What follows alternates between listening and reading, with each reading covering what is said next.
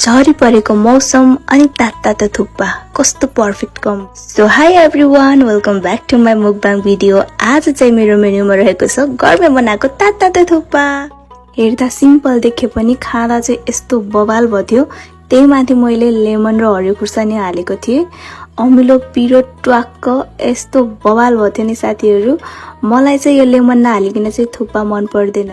प्याज मन पर्नेहरूलाई चाहिँ माथिबाट प्याज खुर्सानी धनिया काटेर खाँदा चाहिँ मिठो हुन्छ अरे साथीहरू। तर मैले चाहिँ काँचो प्याज अदुवा लसुन चाहिँ मैले खादिनँ सानैबाट र छोएको पनि छैन अहिलेसम्म।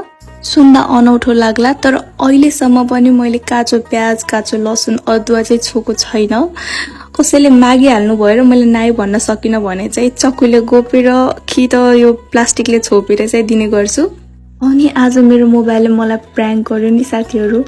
4-5 चम्चा गम खाइसकेको थिएँ, भिडियो नै डिलिट भयो। फेरि रिटेक गर्नु पर्यो। गाह्रो छ साथीहरू भिडियो बनाउनु। त्यही भएर हजुरहरूले like comment share and subscribe गरिदिनु होला।